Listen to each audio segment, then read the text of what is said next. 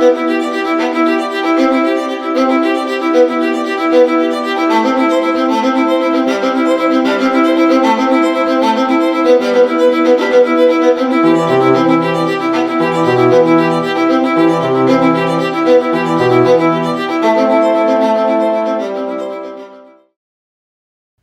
and welcome to Latter-day Profiles. I'm Brian Howard. We're here in Independence, Missouri, and joining me today is Cindy McDavitt. Cindy, welcome. Thank you. I'm glad to be here. Good to have you here. We made sure we got your title correct. I wrote it down so I get it all. The Missouri Independence Coordinating Communication Council Director. It's an awesome title. We're going to delve into that and see what that means. Great. You've been here in this area for quite some time, which is fun to be able to see the growth and change in the area. Let's talk a little bit about your background. Where are you from originally? I was born and raised in California in the Bay Area. Little community called Castro Valley. Grew up there, went to BYU where I met my husband, Bob, and we were married shortly after we met. And after we left BYU, we came to Missouri, which is where his family was from. Oh, okay. So you've been here ever since. Mm-hmm. And since then, you've been involved in a lot of things. So you gave me some information about some of the things you've been involved in. You've had your own businesses, et cetera, upholstery business. Now, how did that happen? Is that a talent or skill that you developed over time? It's something I developed. I had done a little bit on my own. We were at a point where we had 5 kids at the time, or were expecting our 5th, and, that was a lot of financial strain. So I looked around and I found an upholsterer who offered a professional class.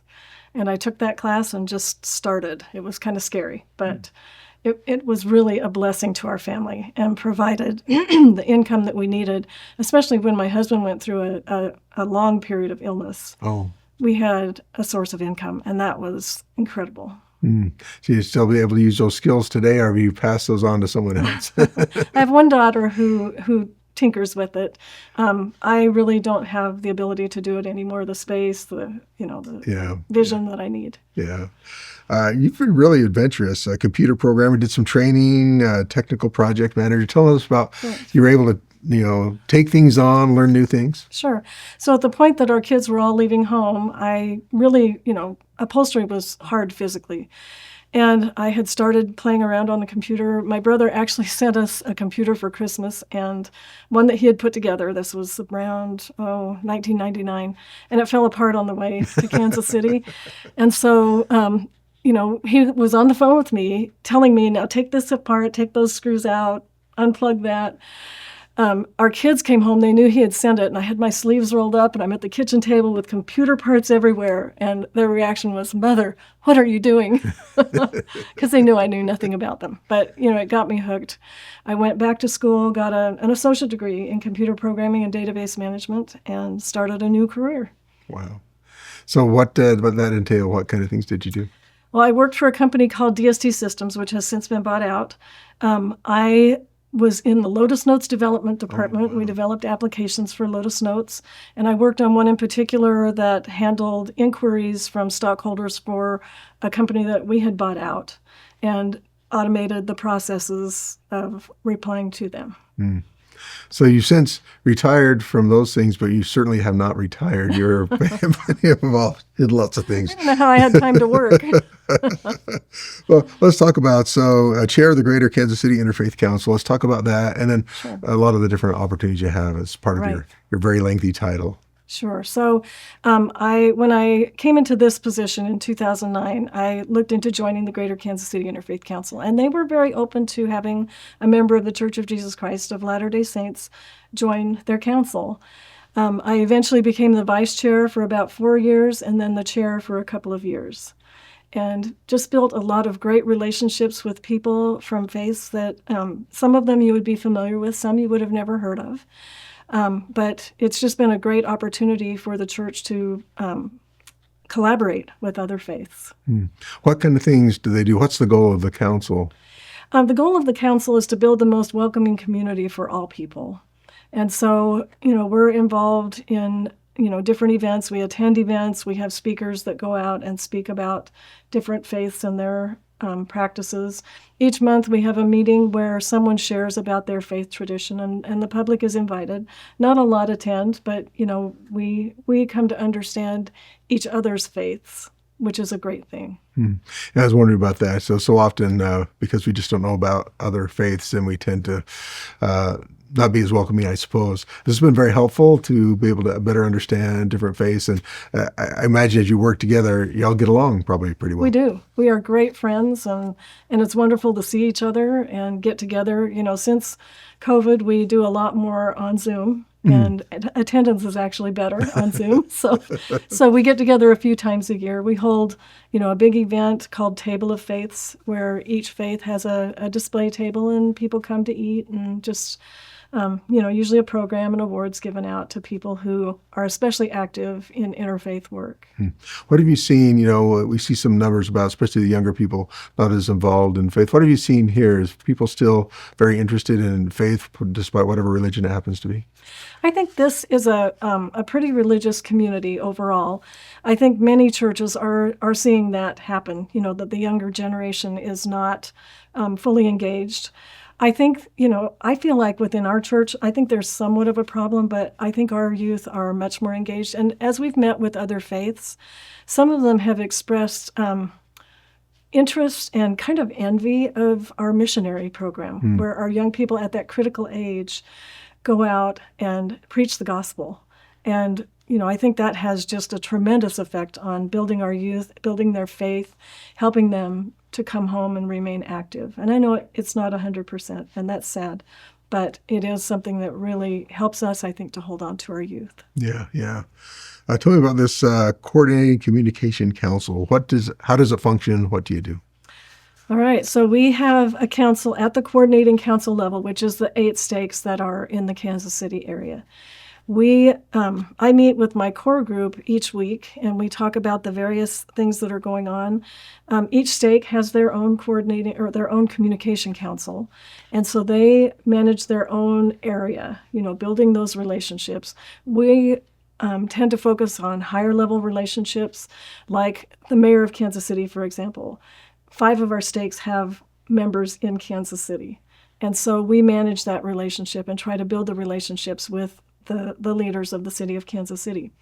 We also, about 8 years ago probably, working with then President Morgan, who was the agent stake president over Coordinating Council Communication, we organized a group that we called the Missouri Government Advisors, and it involved me and my counterparts from St. Louis and from Southwest Missouri.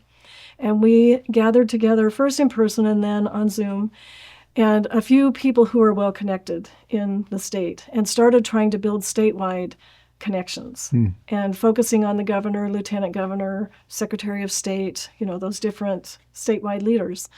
And we had, it took a while to get to know their people, get in the door, but we eventually did. There's an interesting story there where we met with then Lieutenant Governor Mike Parson, who we found out was a great Kansas City Chiefs fan. And so our next step, we were still trying to get in with the governor. He kind of got into some trouble and resigned, and then Mike Parson was sworn in as governor. He's our current governor.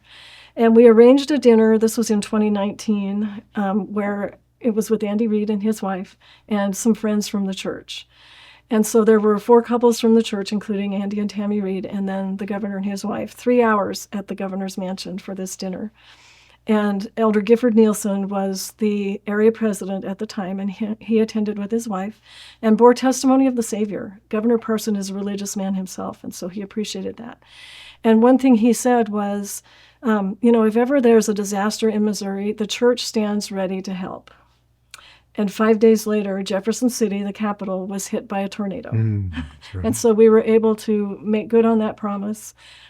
Some commodities were delivered. We worked through Just Serve and provided volunteers to help with the cleanup. And so, over the ensuing years, we've had other opportunities with Governor Parson, and he has become just a great friend of the church. And if you think about that and, the situation in Missouri nearly 200 years ago, with Governor Boggs, creating the extermination order. We have a governor who sings the praises of the church. He recently did in a cabinet meeting where, Elder Morgan attended in his capacity as the Deputy Attorney General. And when he introduced him, he just sang the praises of the church. That's awesome. Tell me about, as you do these kind of things, have you noticed personally or with members how others receive the church and how they perceive what we are? I think that it is something that's improving. Many members don't understand at all what we do. When we were called public affairs, I think it made a little bit more sense to the members. Now we are a communication council, which isn't as easily explained. But I see members building relationships all the time, and that's fantastic. What, so you're in a bigger level as you advise, work with, individual stakes. What are some of the opportunities they have on the, stake level to get involved? Yeah, they build relationships with their local leaders, their local mayors and city council people, school boards. There was a situation a few years ago in one of our communities where the church had purchased a lot of property many years ago. And the school district built up around that property, and they were having meetings that they were going to have to bus kids around this property because, well, it was all the church's fault, And it just happened that a few months before that, the communication director had invited the mayor to a Mormon night at the Royals at that time. And we had a suite donated by a member where he was able to be there with the stake president, and they had built that relationship. They were able to schedule meetings with the school board and explain, the situation, that this property was in a hold status. It had just been moved to development. And now, actually, that property is for sale in Lee Summit by the church. And so they will have an opportunity to go ahead and develop that land. But it built a good relationship with the church because of a difficult situation. Yeah, be able to explain and see what's actually going on. Yeah. It seems like athletics, especially, of course, Andy Reid is everyone loves him, has made a big difference in making those kind of connections. How have you been able to, take advantage of that, I guess? Oh, we love Andy Reid. So during the off season, he will usually give us some of his time. And he has done firesides where, with the youth. We did one this last I think it was this last spring, where the youth invited friends, and we packed a stake center. It was just wonderful. In fact, my future grandson-in-law was there as not a member of the church, and I think it influenced him a bit, to know that Andy Reid had a testimony of the gospel. He and his wife have been very involved in the giving machines. They are available in the spring. We've had other dinners with the governor where he and Tammy joined the dinner. So, they really have built a good name for the church. He's very careful in his position not to push it with, the players or anyone on the team. But he does share his testimony when he can. Let's talk about the giving machines. You've been heavily involved with that. What's going on with that? Give us some past, present, and future with the giving machines. Sure. So we actually built a presentation that we sent to Salt Lake requesting the giving machines in 2020, and we were approved. But then the giving machines, of course, went away with everything else during that COVID year. So our first year was 2021, and we arranged with Hallmark Crown Center to have them outdoors just by their ice rink. It's a great Christmas venue, and we just had a wonderful year there. The weather was great. The governor came for the grand unwrapping. He did a tour of the storehouse that day. It was wonderful. It built a lot of relationships in the community. We had another year at Crown Center. That year, it was frigid. It was brutal. And at the end of the year, our volunteers said, "We love doing this, but if it's outdoors again, we are not in." So we started conversations with Union Station, which is right by Crown Center, just about a block away. And again, Tammy Reid was involved because she knows the CEO. And of course, these organizations are a bit skeptical at first. They don't quite get the vision. They're afraid we're going to proselytize on site, which we don't do. But after a year, they're very comfortable. So we had Union Station last year. It went very well. And they have invited us back again this year. And when I met with them the first time, the chief marketing officer said, "You are great partners. We loved having you here last year. You did everything right.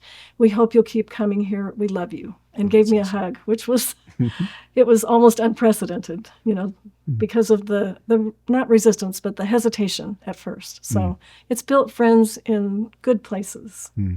What have you seen as far as, the giving machines is so unique. Yeah, it is a little bit misunderstood at first, but what's been the general public reaction in addition to the CEOs? Yeah, I think it's been wonderful. When people hear, that 100% of the funds that are donated go to the charities, they are impressed by that.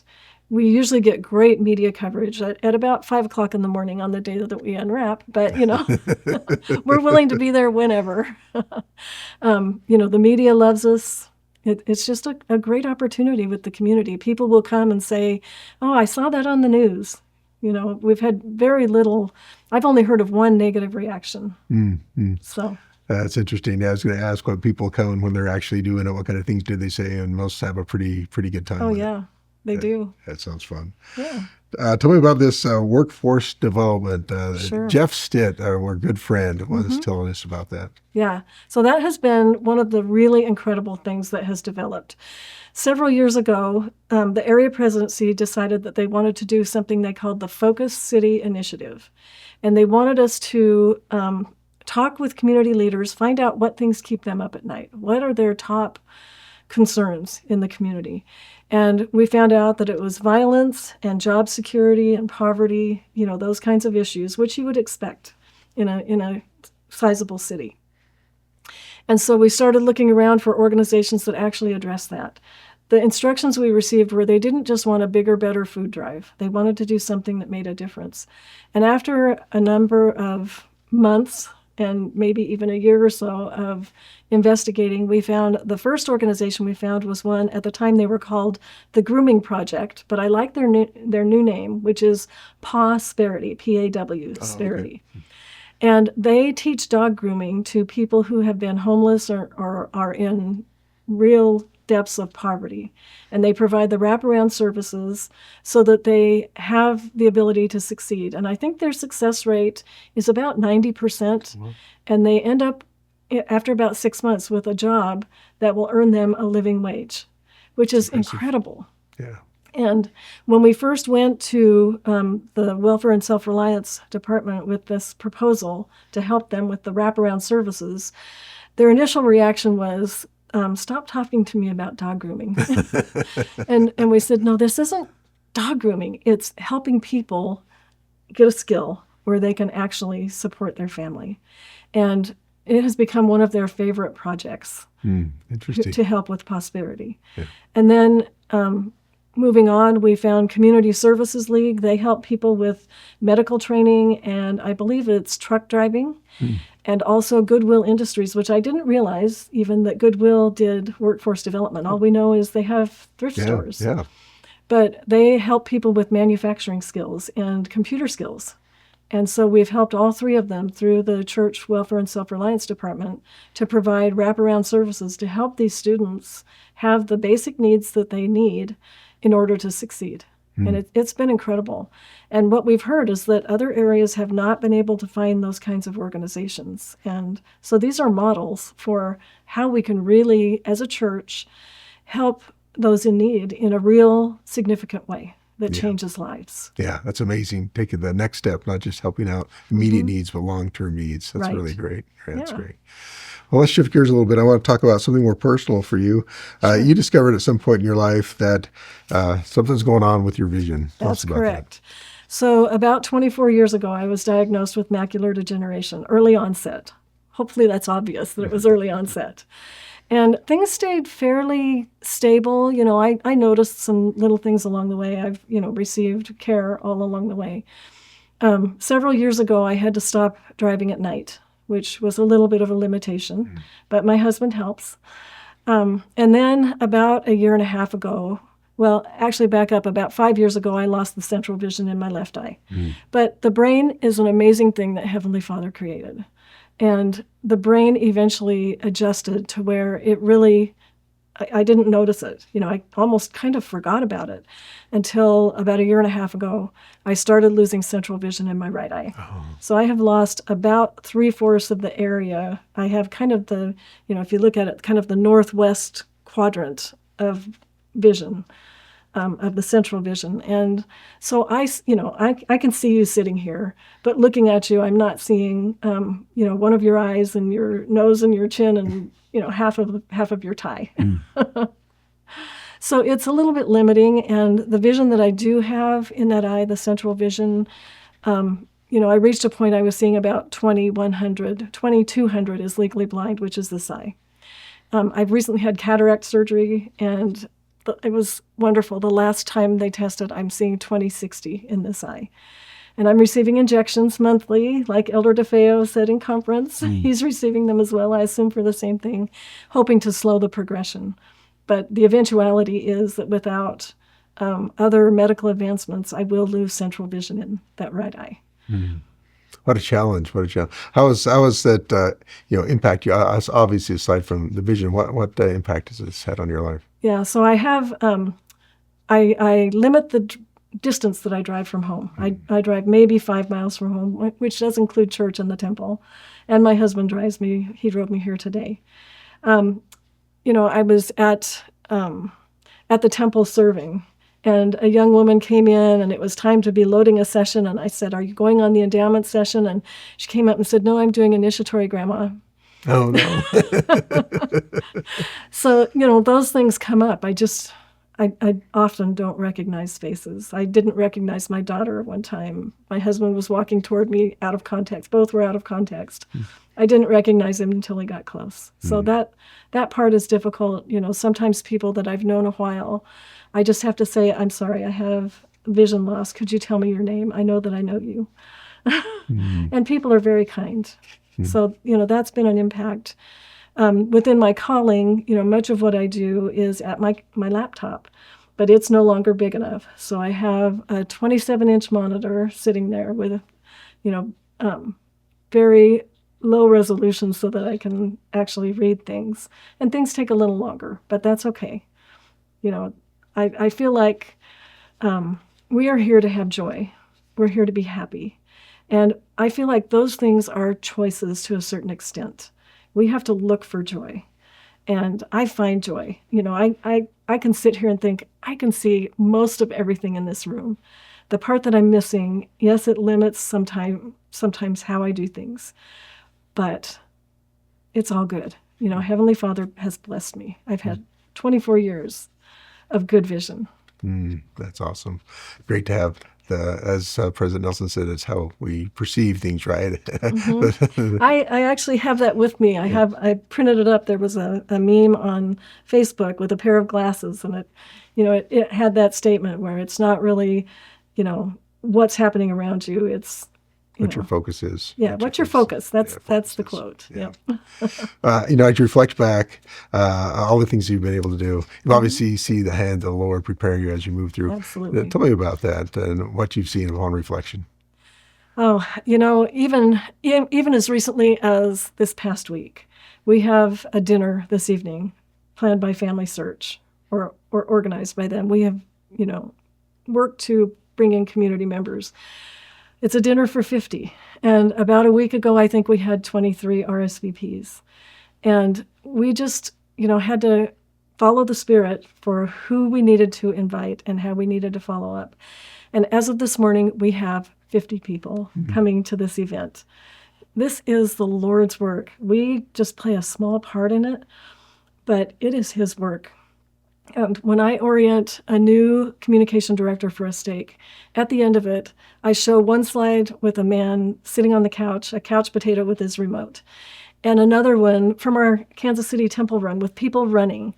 And I challenge them just to find something to do. Follow the Spirit. But if you feel at a loss for what to do, find something to go to. Get out your door, and the Lord will put someone in your path. And I have seen that happen so many times. We saw it with COVID when everything hit a pause. And the relationships that we built during that time were relationships we never could have built without COVID. And it has just been a blessing to the church. We have people in unusual places who think so highly of our church. And that is what we're here for in this calling. Cindy McDavitt, it's been a pleasure to talk with you. Thanks for sharing about both your personal life and also all you've been doing to help spread more information about the church. Thank you, Cindy, so much. Thank you so much. I'm grateful to be here.